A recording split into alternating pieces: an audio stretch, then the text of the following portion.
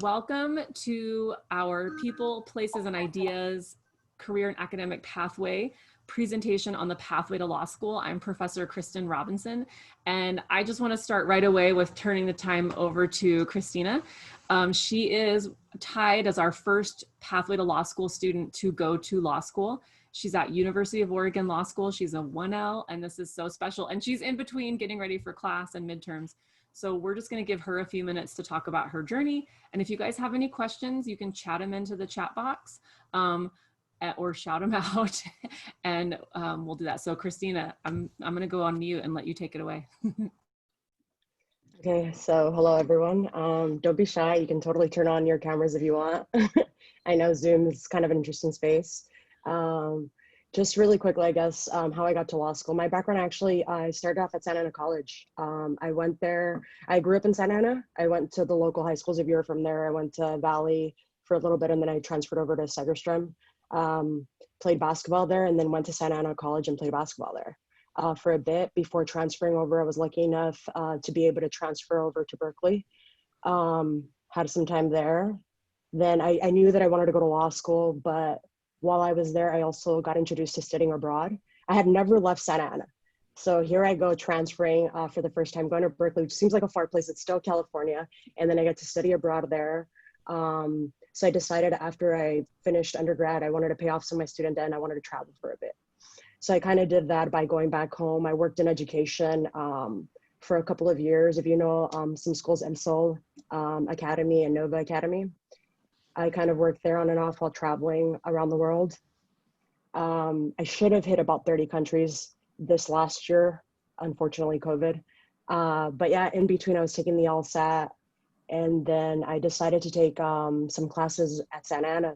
I was just looking at the paralegal classes just to kind of get informed, get a little bit of the lingo a little bit more down, and just kind of get exposed. And that's where I met Professor Smith, and she informed me about the pathway to law school, which I was really grateful. Professor Smith, if you haven't had the opportunity to meet her, she's amazing. She's super helpful. She actually was one of my recommenders for law school. So I actually applied to law school twice. The other reason why I was attracted to taking a couple of courses at Santa Ana was because I had been waitlisted to like my dream school the year before. Wanted to become a little bit more competitive. Then when Professor Smith told me about the pathway, I looked into it and I actually found out a lot of schools connect to it and they take it into consideration. So I was like, okay, wow, this is great. As I'm reapplying to law school, this is something that I want to have on my transcript, because you always want to get those additional things that are going to make you a little bit more competitive, right? So definitely like anything that you can get, any other fellowships out there that you can kind of put on there, just kind of add more to your resume as you're applying. And you can get recommenders, as I did with Professor Smith. And I actually ended up getting a job also that she recommended me for. I was working as a file clerk in Irvine for like kind of a mom and pop boutique law firm. It was just like, they did business litigation, which was really good. I was doing that until kind of COVID as well. Then everything went online. As a file clerk, it was a little difficult to do that. And now I'm here. Oregon, some people have asked me why. Berkeley was a big undergraduate, a lot of students, hardly ever got to talk to my professors. As I was looking around, looking at my options of the law schools that I got into, Oregon had a smaller community. So the cohort here is like 150 people, which means our sections are like 70 something people, because we have a mixture. Really small community, professors are accessible. I've already talked in 8 weeks to more professors than I ever did in undergrad. Just to kind of, and that was important to me. That's kind of about it. Any other maybe key points you'd like me to touch on? I mean, what I know you talked about Professor Smith and taking the class with her. What, if any, I mean, maybe talk a little more, because you are such a strong student and you already had your bachelor's. What did you think you were missing that maybe the pathway to law school connected you with? Because I have a lot of like the superstar already have a bachelor's degrees just like you. So what do you think it was that maybe Professor Smith and SAC provided, like that maybe helped you make that last connection, if anything? I don't know. Was it just the mentorship or maybe the job experience? You know. Yeah, I think both of those things. I think I was just looking, definitely something that was going to make me a little bit more competitive. Mhm. Clearly, I had applied the year before without the pathway, and I was thinking that could give me that kind of competitive edge to get looked at by more schools because the schools that are on that list and Mhm. additional schools that are not on the pathway to ask about whether you've done a pathway through the community college in the application process. Mhm. So I know for me, I was kind of aiming for Berkeley. I had been waitlisted at their law school, and they asked, they're not, I think I've looked up the partnership is like on and off, but they do ask about if you've done the pathway in their application. Yes, they're in the pathway. Yeah. Yeah, they were Um, once. yeah, and definitely like I'm a first generation. Like my parents have like a second grade degree from Mexico. So growing up, I didn't really know lawyers, right? That wasn't a thing that was around in our family. I had never really been exposed to them. So doing the pathway, that was actually something that I loved. All the professors, especially in the paralegal program, they're lawyers themselves. They could talk about the practice. It's not like you're just going into a classroom and they're talking to you about like the content, the theoretical. They're talking to you also about practice. I think our ethics professor, I forgot exactly the title, it's going off in my head. He was like the attorney for the bar, who's so they're letting you know also not only like are they telling you about like the content of the classroom, but they're also like while telling you that they're telling you their stories of practice, which is really hopeful. Like it's just eye-opening. And the best way that I guess I could describe it is like it's really hard to tell people what law school is going to be like, but it's stressful. But you want things that are going to give you kind of less stressed out. And the best way that I guess the best analogy that's coming to my head is thinking about like you probably walked into an orientation, if whether it be high school, whether it be at Santa Ana, whether it be you were going to your undergraduate, right? And you see a familiar face, right? That person's not going to do the work for you, but they kind of ease the tension of you being there. And that's, I guess, the best way that I can explain the pathway. Like, don't expect the pathway is going to prepare you to be doing the work 100% because law school is stressful. There's a lot of reading. There's a lot to it. Like I could think back in undergraduate, I worked, I interned, and I did undergrad. I can't imagine doing that at law school. Like this is my job all day, every day. Um, but having the pathway did ease some of that tension where, oh, I know that word. Oh, I know a lawyer. Or I can reach back. I got into school and I wrote back to Professor Smith. And she wants to hear about my progress. So you have that and you know that somebody is kind of rooting for you. I guess that was kind of my takeaway from the pathway. That is so great. And you've said so many really important things. I think the exposure, one of the little mental things I tell students, like imagine if right now you had to go back and redo junior high science, like seventh grade science. You would kill seventh grade science, not because you're infinitely smarter than you were in seventh grade, but because you have experience. You've already done it. And so it's that same thing that it's not that you can't do law school or you can't do that, upper division level course. It's just you haven't done it yet and it's a new thing. And sometimes if you let that tension and kind of the not what is it, the imposter syndrome, if you let all that get too great, it's just going that if you let that get too great, it'll lock you up where you can't learn, and so I think sometimes just having as much exposure as you can, and I love that you said that, to working attorneys, to people that have been through it, and even a few terminology, just knowing what a law library looks like, or just feeling like that you do have someone, a professor you can reach out to is so powerful. But yeah, and it also, it's like, our pathway, you're going to get yourself into law school. We're just going to be a little help, some little tools and tips, but it's your journey. So I love that. And David Sauber, that was your professor for the ethics class, and he is Yeah, there we amazing. go. Yep. And that was his practice area and still is defending attorneys who get in trouble with the state bar, which just sounds kind of funny. But do you guys, so I know Christina's time is short because she is like in between classes at law school. Does anyone have any questions you want to ask? Or if you can't use your mic, you can chat them in and we can all share them. Or if you want to, unmute yourself and go for it. Hello. I was gonna ask. Hi, I'm Michelle. I was gonna ask, how do you I don't know how to say this. Like, what do you do like to yourself to like make yourself focus and like meditate? Like, what's your thing? Like me personally, like meditate or focus kind of on the reading. Yeah, I so think you don't like, yeah, so like you don't like lose like control like when you're doing all this stuff. like anything, it takes practice, right? I think a lot of the times when you're preparing, you're thinking about the big overarching goal. Like, how am I going to sit there? Like, let's say reading, right? Like, and when you think about it, I'm going to sit here and I'm going to read for 8 hours a day. When you think about that, you're like, wow, 8 hours is a lot. But you can start a little bit. You take 25 minutes at a time, right? And even right now, you're a junior in high school, right?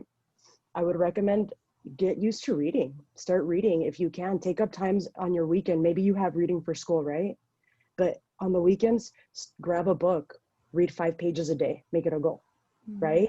Then add 5 more, then add 15 more. So you're creating that practice already, and you're going to create that endurance, right? Like most of us, if you can think of a sport, they practice, right?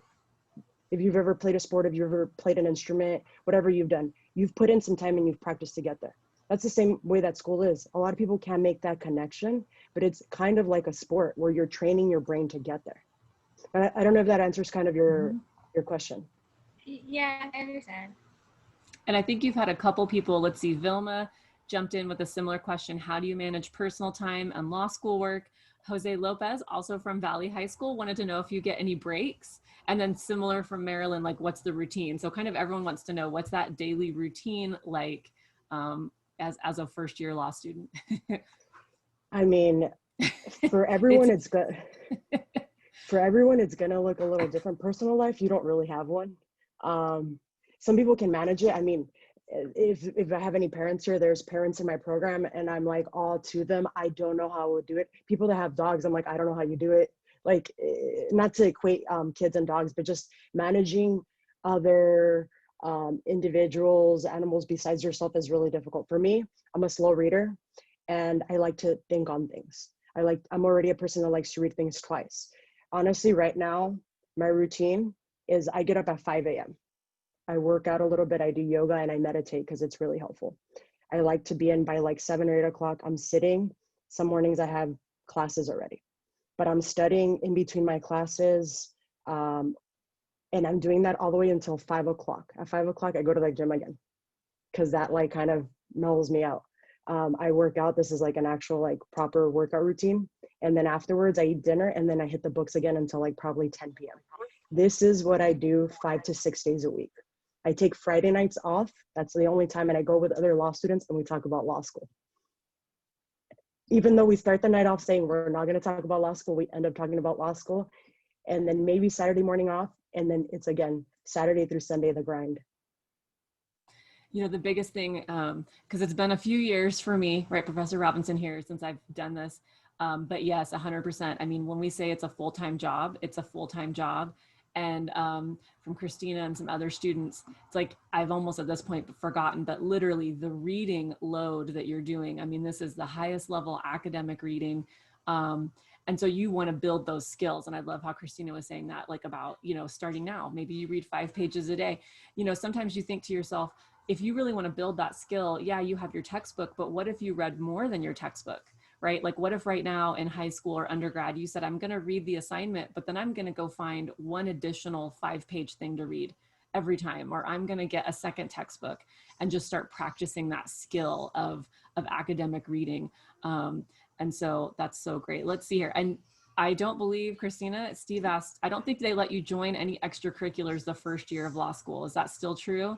But then the second year you can join, but like the first year they don't let you do anything, or have they changed that?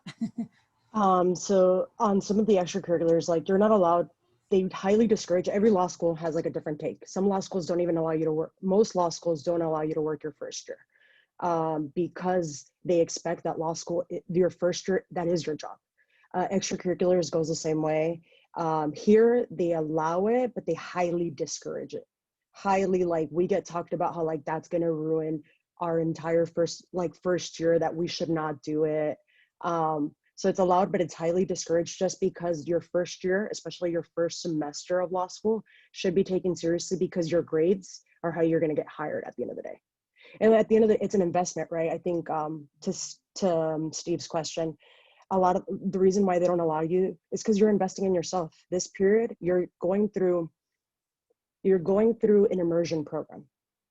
Imagine you're going to a different country and you have to learn the language within 6 months. So then you know how to operate in that environment. That's basically what you're doing in your first 2 semesters of law school.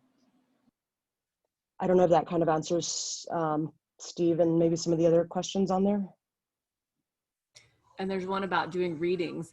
Do you do them? I think the readings are so intense, you couldn't even do all the reading before school starts. You know what I mean? As would be you sort of have to do it like as you're going, you know, but always ahead of class. Like you have to come to class having done the readings. So. Especially because there's the Socratic seminar, which is called we reduce it to the cold call, which is you'll read a bunch of, you'll have your readings, right? Although we don't have any assignments, we just have a final, as Professor Robinson mentioned earlier. Your professors will call on you and they'll basically interrogate you in class, and you're expected to have done the reading. Maybe you don't understand the reading and that's okay, but you're gonna walk through what you've read and you have to show, like, if you haven't read it, even if you didn't understand it, right? And you read it, you can have that conversation or that interrogation that it feels like from your professor. And I get everything's reputation, right? I think law, what you'll learn, it's what do the people around you and what do your professors think about you, right? They say the first day of law school, when you start law school, you start creating the reputation of who you're going to become. So if you haven't done the reading, what does that reflect to your professor? Right? I always like to talk about. And some of the questions I'm adding a little more because yeah. Oh no, it's great. Someone says the audiobook. So Jose, what's interesting is there's been a few famous law clerks who were vision impaired, and then also some law students using screen reading software, audiobook, and then other people find out about it and love it because you can speed it up. So I have a friend who's a law professor at Irvine that is obsessed with having the audio because she feels she can read faster with an audiobook, but I guess it would just depend on your retention. And then it's funny, the audiobook, I do run it at about 1 to 2 speeds faster. I listen to an audiobook sometimes and it does help. The other thing that helps is also just audiobooks, podcasts. I recommend a lot of people for pronunciation, right? So, for me, English isn't my first language. So over the years, I've utilized a lot of audiobooks and dictionary, the speakers, just to learn how to pronounce and enunciate words. So there's also that it helps you with your reading, the speed, and it helps also sometimes with your vocabulary and also how to pronounce words. That is a straight fire statement there that I'd never even thought of. Amazing. And then someone wanted to know what type of law do you have an idea yet? Do you have a focus yet? You wouldn't really have an academic focus, but do you have a sense yet of what you want to do, or just totally open still? I'm maintaining it a little bit flexible. I came in for 2 reasons kind of attracted me. While I worked in education, I worked in foster care. In California specifically, there's this connection of I guess, foster youth to the prison pipeline. So juvenile justice is definitely something that intrigued me. As I'm here, I'm really enjoying my contracts class more than I thought I would. But definitely keeping an open mind. I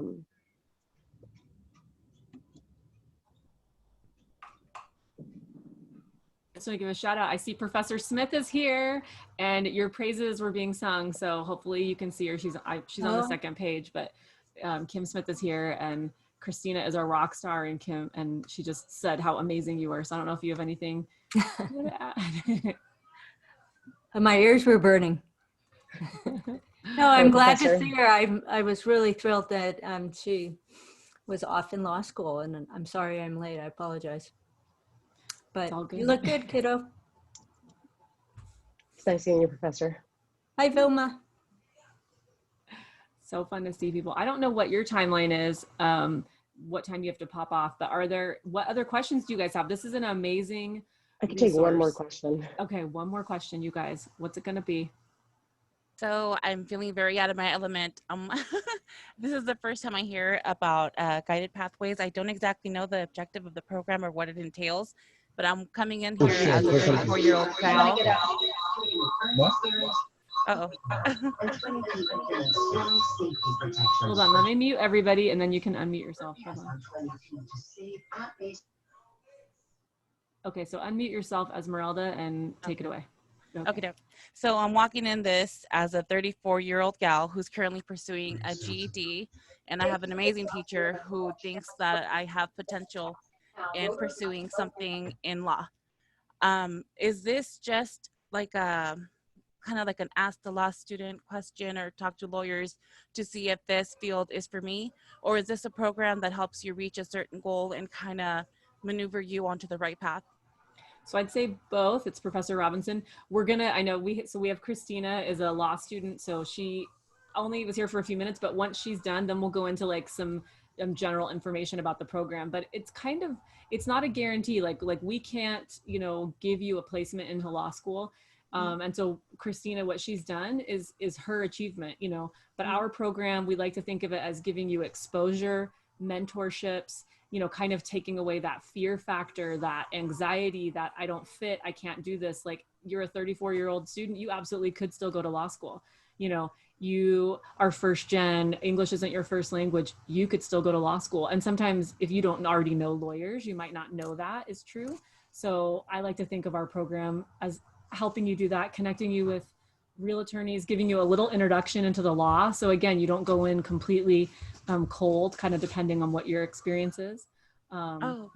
But so we're going to get into that. But what other question? Anyone else has one last question for Christina before, because I think she's got to go get ready for a midterm. Hey, did those Gladden books help you, Christina? Remember the ones I'm always talking about? What was that again? Did the Gladden books help you at all? You remember those books I made you read? Yeah, they did. So it kind of prepped you a little bit for some of the... I was mentioning before, I was like, a lot of the times it's like that information it just becomes, it's not the first time I'm being introduced to it. So I'm not as scared of it anymore. I'm like, oh, okay, I've seen that before. And it eases some of that anxiety. I just always have thought those books were so good too. I don't think I learned about them until it was my second year of law school. And then I started to work through some of them. I'm all, oh, that was the key to me. I got it. Mm-hmm. There's a ton of questions about scholarships, tuition. I don't know if that's anything you weigh in on. I don't know. I mean, you guys, you're going to apply for every piece of funding you can get, every possible line of money that's out there, because law school is ridiculously expensive. That is the bottom line. And Christina, wow, so kind, you guys. In the chat box, she just put her contact info. Christina, closing thoughts, because I know you got to go, or stay as long as you want. No, I got to get going because I have to get to class, but I see there was quite a few questions. So my information's on there. You can text me, you can email me. I'm here to answer. I've been there. Like I said, some of you are currently there as you're starting off your undergraduate degrees. I was there. I utilized SAC when Professor Robinson was like, well, you come speak. I was like, SAC has been so instrumental just to achieving my undergraduate. And now I feel like now that I'm pursuing my law degree, it was the place that I went back to. So reach out to professors at SAC. They all want to help you out. It's an incredible space to grow and even go back to and grow as I did. Reach out to me, any questions, like definitely text me, email me. If you call me, I might not pick up. You can leave me a voicemail, but I'm here if you need anything. I'm gonna get going. Awesome. Bye. We're all sending you like good vibes. Woo. Thank you so much, you guys. Send Christina good vibes that she's gonna do awesome on her midterm. This was amazing. So hang on, I'm gonna pull some slides up and about the program. I'm so glad Professor Smith is here. So myself and Professor Smith, we're there's Professor Manzano. We're the 3 full-time professors in legal studies. So we're the people that you're gonna encounter if you do the Pathway to Law School program. And Professor Smith handles our internships and is just such a rock star on all of our community outreach there and technology. I mean, it's just awesome. So is law school hard? Law school's hard, Jose. I think you guys are seeing the slides. I think you guys can see these. Drop a 1 in the chat box if you can see it. Okay, excellent, great. Okay, so Pathway to Law School, a little thing here. What is this? Because I know some of you, we would have started with this, but we obviously wanted to get Christina in, which was so amazing. So the Pathway to Law School is a partnership between, I think it's 28 or 29 community colleges across the state and 8, actually now 9 law schools. So the State Bar of California was, looking at a lot of research and how do we get more diversity? How do we diversify the members of the State Bar, of the attorneys in California?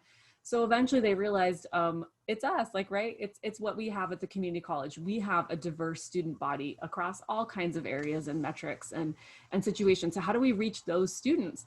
And I know Professor Smith knows this, but we've had students that would come to us and go to law school in the past, but we just didn't have a formal way to connect them. And so now this program does that. It was a competitive program, and I just heard from the state, they're not letting more schools in right now. So we were the first school in Orange County to get this program. And we're really honored to have it and to be able to give it to you guys. So, I mean, we're, something that you can't get at other community colleges for sure. And what is it going to give you? Information about law school, right? Like you just heard, exposure to the opportunities, internship, right? Connection for internships and even some paid jobs. Pretty incredible. And then for some of you, just give me the deets. What's the bottom line here? The partner law schools have agreed to waive your application fee. So I don't know if you already know this, but to apply to law school, it ranges anywhere from, I think it's close to $150 an application at this point. So those law schools will automatically or will waive your application fee if you are a Pathway to Law School student. And that's really important, but that's not the most important thing. We'll get to that in a second. But what is the pathway not? Number one, it is not a guarantee of admission to law school. So doing this program in no way, shape, or form guarantees you a spot at law school. It is very, very, very competitive. But I think Christina just put it perfectly when she said, anything you can do to kind of up your chances, to increase your profile. And Jose, exactly. The law schools, and especially the 9 that are signed on to this, are looking for you, right? That's part of what they've agreed. They're looking for students that come from community colleges. I started my journey to becoming a lawyer with an associate degree at a community college. And when I went and applied to law school, it was one of those big fairs where you talk to people. I had multiple admissions directors from law schools look at me and say, "What's an associate degree?" An associate degree. So the good news is this program, they know what an associate degree is, they understand your journey, and they are looking for you. And so I can't say if it's a higher chance, that's kind of impossible to know, but it definitely is a positive, right? And anything you can do, and sometimes a lot of what we also provide you is connecting you to other opportunities. There's UC Irvine has a summer pre-law program, and Chapman's going to have a summer pre-law program, and the LSAT is doing this special thing. And so now it's a way for you to get in those programs that maybe you didn't know before. So super cool. The next slide here is just the partner law schools. So Berkeley, Davis, Irvine, UCLA, Loyola Marymount in Los Angeles, Santa Clara kind of in Northern Cal, University of San Francisco, USC, and then Pepperdine. I don't know why their circle is small, but they're the newest law school to join. And so they are looking for you. And what's really cool though, is our 2 students who are now at law school, you heard from Christina at University of Oregon, and then our other student is at Chapman. We've got people I know for a fact applying to schools all over the country. So these schools might know about this and have signed on to the MOU and the agreement with us. But anything you can do to increase your exposure, increase your comfort level, awareness, all of it, your preparation will help you. So whether you're applying to Berkeley or to, a law school at Harvard, I think they're going to look at the preparation you've put into it as showing that you're serious and you're dedicated. And so it's a positive anywhere you end up applying. I've just got a slide here of the basic required courses for the Pathway to Law School. And I know I'm going fast, you guys, jump in with questions or comments. Professor Smith, jump in anytime. So what I want you to see right here is this group of classes should look familiar to you as basically what we would think of as just a general ed core. It's pretty much anything you need to get any associate degree from our campus. It's general ed core, and it's also classes that will help you achieve your bachelor's degree. I know there's no sports on here, but you can do that for your electives, Jose. That's too funny. And sports are great, right? Like, again, it shows that dedication. It shows, you know, that you're willing to work really hard at something. So law schools, you know, might look at that really positively. But this is pretty much just a general ed core that you'll need for just about anything you do on the campus. And I would like to put a little asterisk here, a little fake, you love my drawing. We can accept if you do Chicano history or African-American history or women's history, we can accept other history classes. So just know you can meet with your counselor and we can accept that. So this is just a GE core. And then kind of the other level is what I would call a legal studies core, right? So you have business law, you have Law 100, Introduction to Legal Studies, or you can use Paralegal 100, the ethics class, which we also have as a legal ethics class coming up, and then a legal internship experience. And Professor Smith is the one that really is the professor, but also the director of that program. And so this kind of gives you an introduction into the courts and you know, what do lawyers do, what do paralegals do, some basics of just kind of the entire field of law through the business law class, an introduction into ethics, and your legal internship. Oh yeah, great. And there was a question there. Yeah, there's no specific, that's a great question. There's no specific form you have to fill out. It's just taking the classes, coming to meetings like this, which are not necessarily even required, but helpful. And then you meet with your counselor and you'll do your ed plan or turn in your certificate petition form. So there is no specific application. It's just doing this. So, and the counseling class is actually, you can use as well if you would like for this, but at any rate, so it's in the catalog, which is really powerful.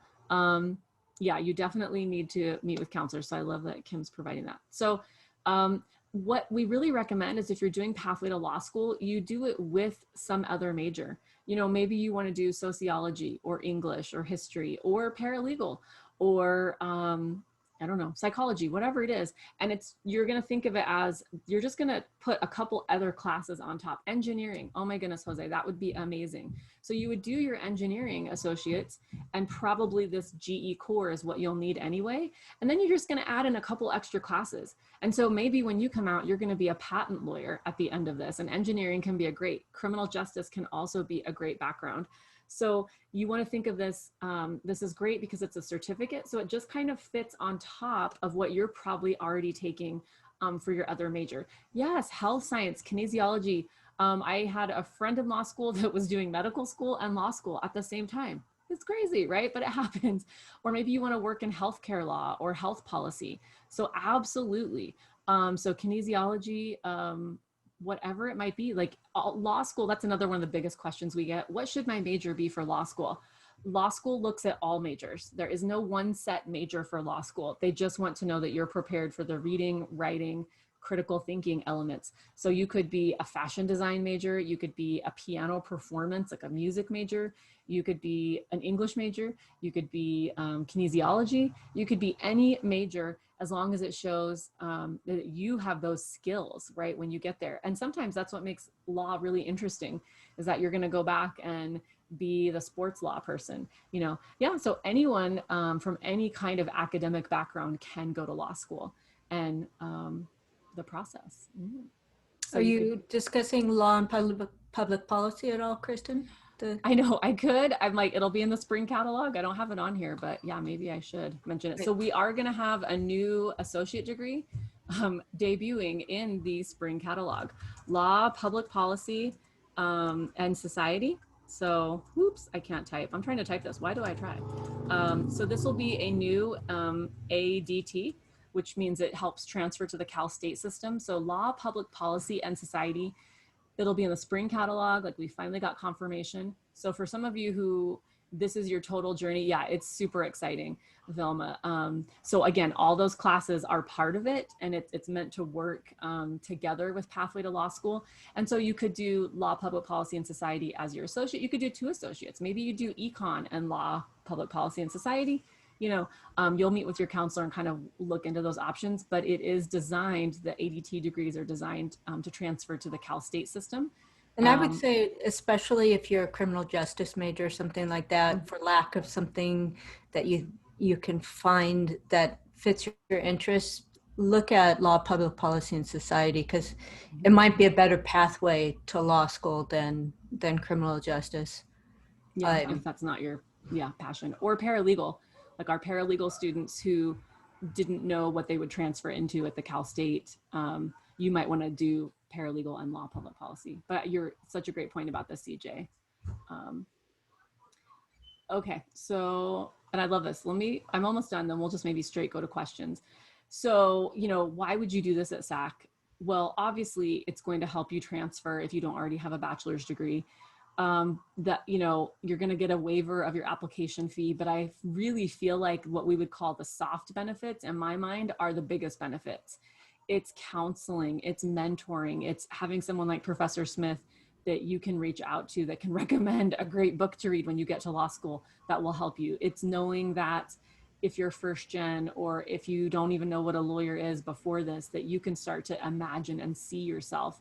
It's having the opportunity to learn about the LSAT, right? I'm hoping to put together another LSAT session, but we've done an LSAT 101 each semester.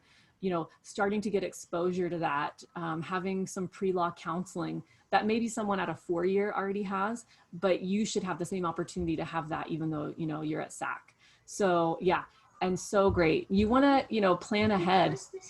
Okay, yeah.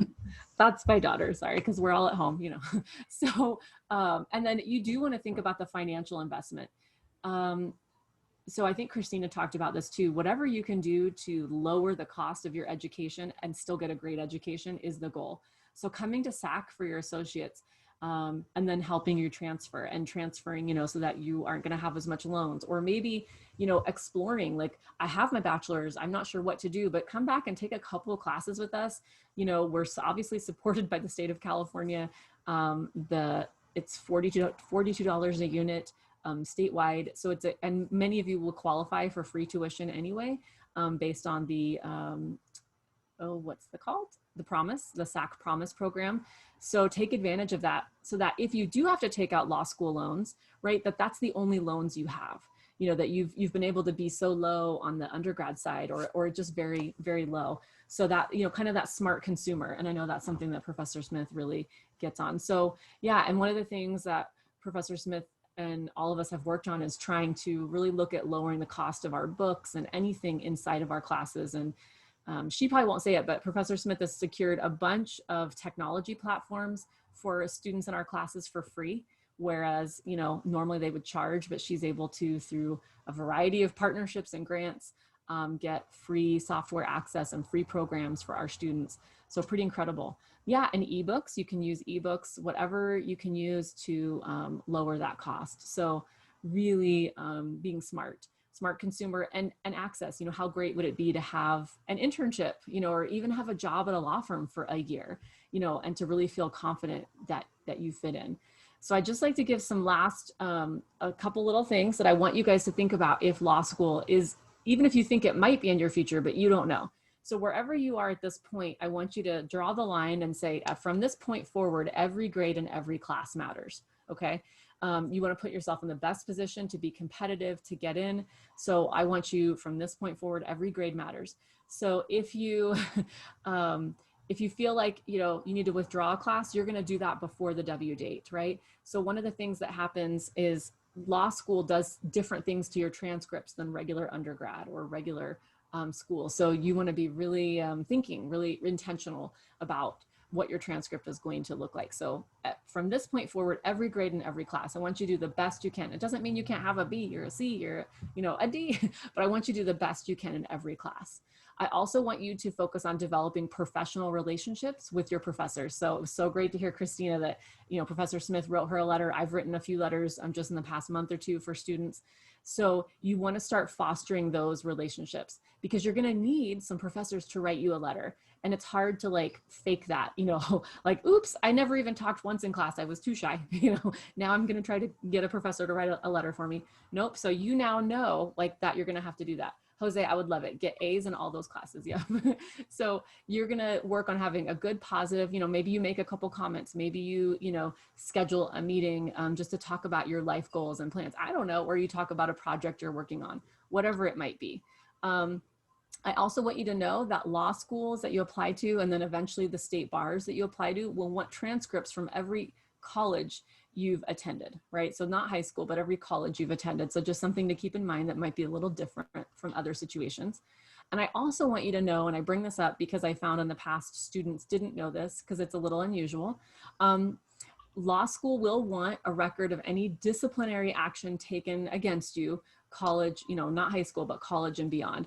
So don't cheat, don't get in a fight, outside the bike stand or anything.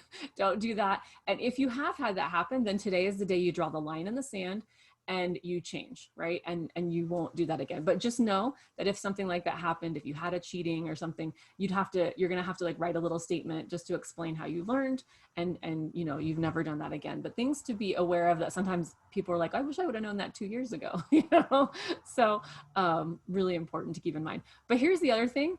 I want you to know that you can do this. Do not let anyone defer you from your path, whether it's someone external or maybe even that like little kind of voice in your head that tells you you're not enough or you can't do it.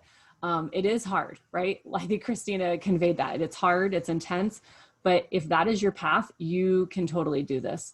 So I don't want you to be discouraged, in any way.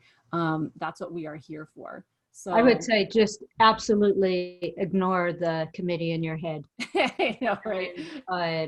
If you put together the plan, you've got the strategy, you get on the pathway, you will have the choice by the time you end, if this is for you, if you want to continue on to law school. But don't listen to the voice in your head. Kim, I'm gonna let you take it away for a minute. Like anything else, like you where you would have added. Take it away, please.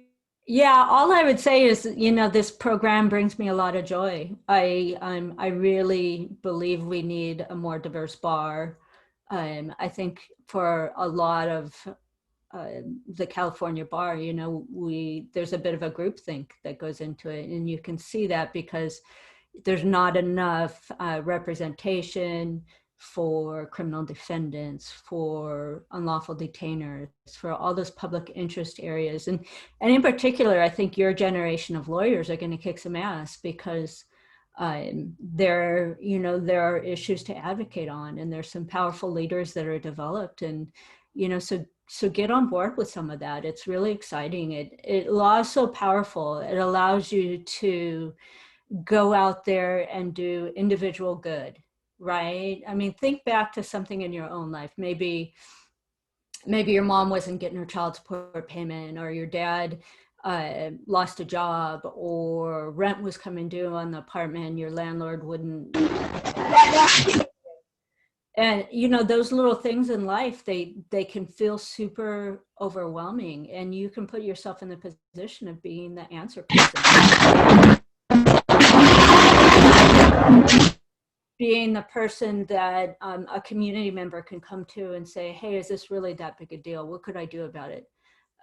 We're being sued over a credit card. Things like that has really meant a lot to me in my job, or in my career. And I'll tell you as well that everybody at Santa Ana College authentically really wants to be helpful to you on your journey. We kind of, you guys are our success. To hear Christina talk is awesome, because I knew her when she was still a little bit confused about it and unsure if this was her opportunity. So be able to say, yeah, ignore that voice, right? You're absolutely what is needed right now in this profession, and there's work to do at every level. I tell a story a lot about one of my favorite students. He came into SAC to do the pathway in paralegal. And he's told me one day, he was a superstar, he ended up taking advantage of different grants and things like that. And by the way, if you already are a SAC student, heads up that the scholarships are the whole process is starting right now. So keep an eye out for that. But he came in and he started taking our classes. And I'll be perfectly honest with you, I was a little intimidated at first because I saw that he had been volunteering for ACLU. And I was like, ooh, he's probably real smart. I have that little voice too. But anyway, as I got to know him, you know, and helped him get another internship, and I learned that he was DACA, right? So it allowed me to really learn firsthand how this, you know, pathway could work for students. And he said to me once, he says, you know, Professor Smith, when I came into this program, I had kind of thought I would go to just some random law school, and, you know, like a California approved law school, not an ABA approved law school, which is, by the way, another bit of information that we really help you with. Stay away from correspondence schools and stuff like that. But at any rate, he said, when I came here, I thought I would just take any opportunity. And now that I've been through your program, the Pathway program, and I've had some internships, I am thinking USC and Chapman and UCI and those schools. Like, it elevated his view of what he could do and what he could be. So he had gotten a couple of these little, you know, he had worked at Legal Aid and then Public Law Center. And then I said, hey, you know, you've been doing a lot of this public interest stuff. It's really strong on your resume. Why don't we get you a job in a small law firm and see if we can't make that work? And since he had DACA, he had a work permit. And so he got that job, and it was so cute. And I started to see him, and he's got these three-piece suits on, right? And I was teasing him, and I said, you like it, don't you? You like all the big law stuff? And he says, yeah. I said, you like the money, don't you? You like making good money? And he says, oh yeah, I really like that. I said, you know, that's okay. You can pursue this career too, because it provides a nice lifestyle, right? When you finish. I mean, I wouldn't do it just for the money, because it's not always there. But anyway, that meant a lot to me, what he said, you know, that he thought now more about the opportunities that he could take advantage of because of the information he was getting at Santa Ana College and the opportunities. So, you know, I think a Pathway is the real deal. We're new enough that we're just starting to see these students emerge into the law school environment.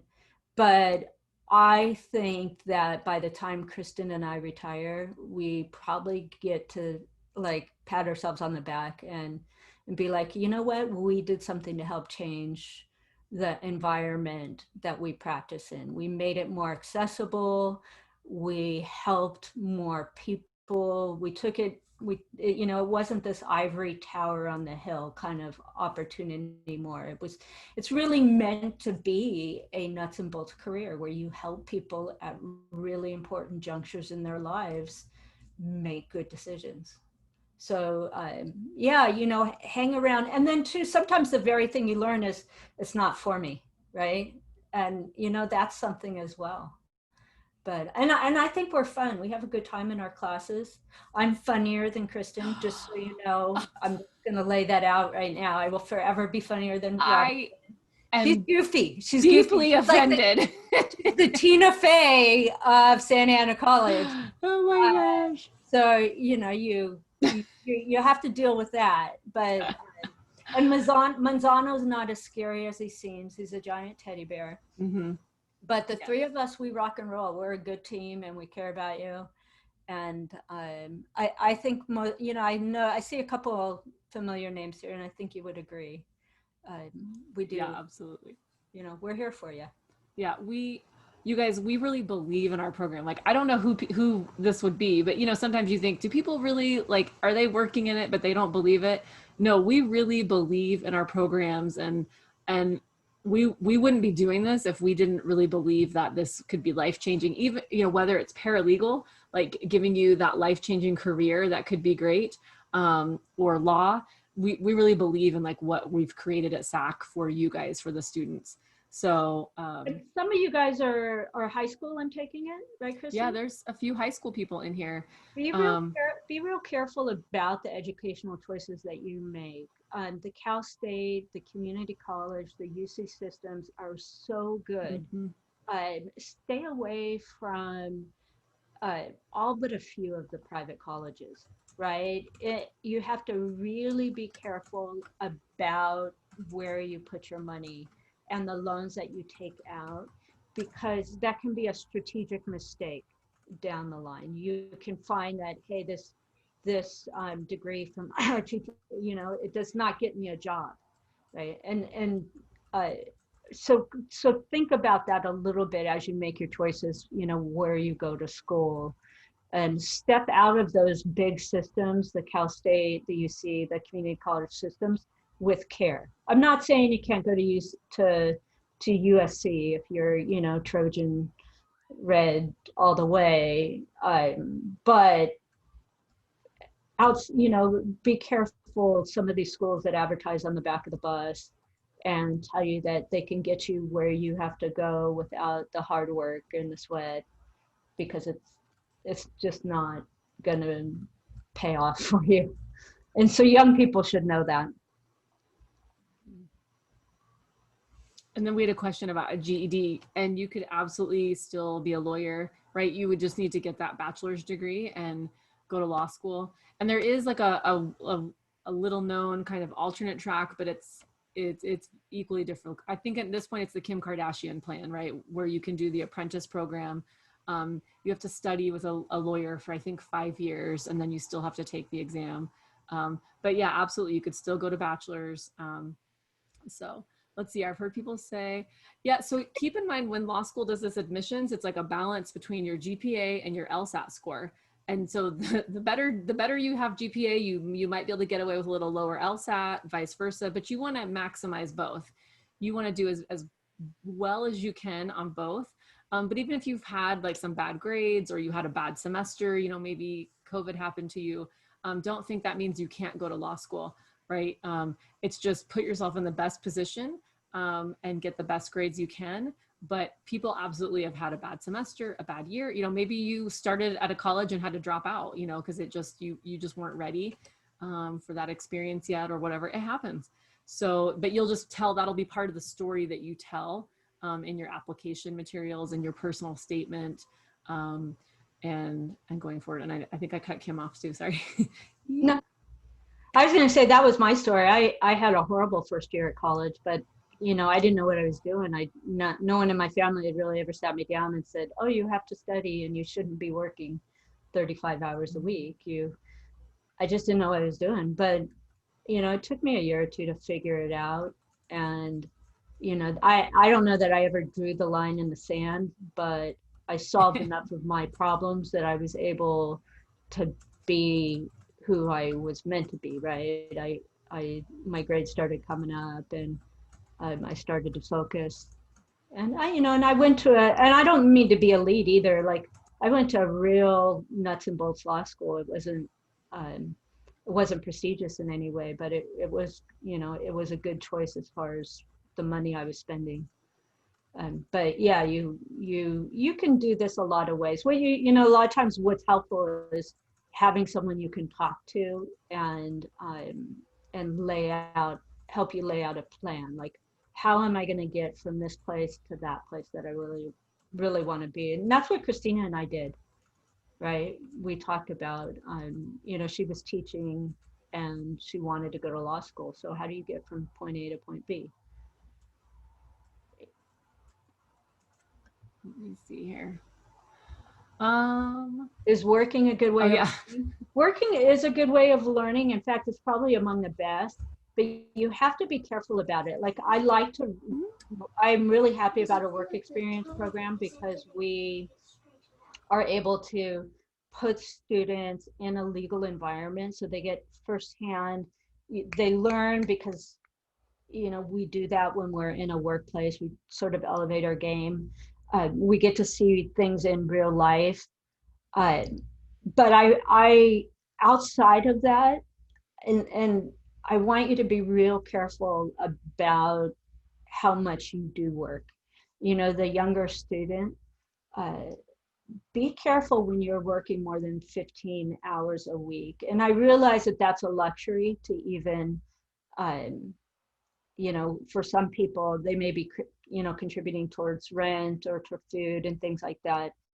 But it does make it a lot more difficult to get those A's, and that so be thoughtful about that and maybe reach out and talk to someone, because you'd be surprised the number of scholarships that are out there, the and the resources that you can avail yourself to do it right, do it one time, get yourself through it.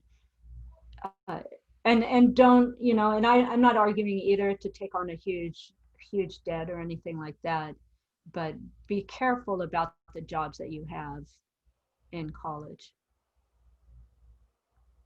Does that resonate with you, Robinson? Yeah, I think that's really good advice. And because I don't want to give the impression that like if you've had bad grades or if you didn't go to like, Harvard or I think that's what's nice about our program is all of us at some point used a community college and we all became lawyers, so you can become a lawyer really from any school, any background. You don't just have to go to USC, you know what I mean? Like, did you go to the fancy high school and then you went to USC or something? So, and sometimes you're smarter for it, like, right, for saving your money and saving the loan and the investment and taking advantage of, like, there's financial aid programs that we have at the college that don't exist at the 4 years, right? The Santa Ana College Promise program and different things like that. So if you're really smart and you can kind of look at that, like there's some financial aid, getting free tuition that's not available at all the call states and things like that. Yeah, but I don't know. Are there any other questions? I feel like it's almost an hour. We've been here. So I don't know if you guys have any other specific questions. Otherwise, I feel I would think we're probably pretty good. So do law schools ever give out 100% scholarship tuition? I mean, I think so, but I think it's rare. Yeah, and sometimes what they do too, little sneaky, is they'll give you a scholarship for like your first semester, and then it'll be dependent on your grades. And sometimes they kind of do that knowing that you're not going to keep it. So they do. I think it's more likely that you'll get like partial scholarships, like grants, or here's an extra 10,000, or we'll give you this thing. But I think I never got 100% scholarship. So I think there are scholarships out there, but they're going to be very competitive. I paid full freight to law school, yeah. and with loans, and then I was a reservist, so I got money from the Army. But what you need is a decent strategy, right? You need to kind of, and it helps to talk to someone, but how am I going to afford this? How much debt can I take on? What will I likely be doing when I finish? So like, for instance, I've talked about DACA students a couple of times. I would say, be real careful about that debt, because likely you will come out of school and need to hang your own shingle, right? You'll be a business owner right out of the gate, which means you're probably going to have some lean years. You'll make it, but you'll have a couple lean years. Whereas can you live at home and go to school? I suspect our other student is doing that, and maybe you don't like to live with mom and dad, but if you got a free bunk, that's going to bring down the cost of going to law school. Yeah, there's all sorts of strategies. Maybe you're a rock star. You're going to go through law school and you're going to get the big job, and it'll be a blip on your radar. Yeah, and you never know. I mean, I'm seeing Esmeralda about scholarships. I mean, take advantage, even if it's like applying for a little $2,000 grant or $1,000 thing here, anything you get, right? Whether even if it's for undergrad or for law school, or maybe your parents' employer or your grandparents' union has a little thing. I mean, apply for all of it. And because every $500 you get is going to help bring that down. So Jose asked a really interesting question. Mm-hmm. So there are lawyers for everything. I think Kristen agrees with me. Yeah. It's almost the coolest thing about law. Because before you are two people who barely practice law anymore. We're educators. We've used our law degree to go into education. But you can absolutely, if you're into art, if you're into music, if you're into sports, if you're into electronics, you're into criminal law, you can, nearly everything that we do as human beings has some sort of public policy or some legal angle to it. Somewhere, there's very likely a lawyer involved. That's why there's so many lawyer jokes, Yeah. frankly, right? You're into Everybody's tired of it. space, you know, you Yeah. want to go to space, you want to work in green technology, you want to work in real estate development, in business, you want to be in fashion, sports, entertainment, military. I mean, look, criminal, you know, everything. So, yep, there's going to be space lawyers. I know there's going to be people working in IP and tech and what happens, all the contracts involved of people going into space. And yeah, Vilma, lawyers do generally, as a in their career, sort of have at least two areas that they could practice in. They're usually not like, you know, hugely different, but somewhat related. So, you know, if something were to tank, you know, they've got another pathway to kind of explore. But that's just career advice. But yeah, you absolutely, you could do whatever someone will pay you to do, frankly. I mean, that's the secret. If you can make your way and get paid, you can do it. I mean, you could practice in a lot of different areas. In fact, I think of myself as a lawyer, poop lawyer. Yeah, right. That would be green. That would be like, what are we using the poop for? Sanitation, water law. That would be water law, because all this, I have to pay like $8,000 to the county to get my water line redone, right? It's like, oh yeah, there's a lawyer involved there somewhere, I'm sure. But you can, you know, you can also look at, hey, are you one of those attorneys? And I think Kristen and I are, where we know a little about a lot, and then some attorneys know a lot about a little. You know, so that's another way to, you know, to put together your practice. And I want everybody to know, I just didn't start talking about poop. Jose mentioned it on the chat. He wanted Yeah. a lawyer. Just random. I didn't bring that up. It was Jose. I gotta love it. Hi, Jose from our high school. It's okay. I boys. Yeah, it might be that you're working in sanitation. Yeah, we call it sanitation, but waste, you know, city waste or something. Water law is huge. Yes, and water law is huge. Yeah, water rights. Water law. Well, again, it's 2:32. Let's see here. Oh, yeah. So I mean, people change areas of law and yeah, and move around. And Jose, there definitely are different laws for different countries, and so that's something. Jose is asking all the questions that he would get answered in Law 100. Yeah, so, yeah. There you go. Our Law 100 class, Jose. Yeah, Law 100. We'll see you there. Yeah, come take it. We'll have a summer one if you want summer, and we've got a night class because I know you're in high school, and a Saturday class. So, but I think I'm gonna. Should we wrap this up? Should we end it, you guys? This has been amazing. I just feel like huge shout out. Thank you so much for Professor Smith for joining us. And for everything she does for our program. And yeah, hey, and that's totally fine. And I don't know what else, anyone? How about a round of applause for Kristen Robinson? Good job bringing this home, Ben. Yeah. Well, thanks to the CAP people for putting it together. So at any rate. Now fly away, little birdies. Yeah. Bye guys. And let's see here, Alyssa, hang on. I might put you, good to see you, Steve. Thank you. Hi, Chica. I'm here for office hours if anybody needs me. Ooh, okay. Do you want to pop that? Is it just on your website, or do you want to pop the link on there, or? Just the website. Okay. The division office has it. Okay, nice. Bye-bye. I miss you all. We do too. How are you? Let's see here.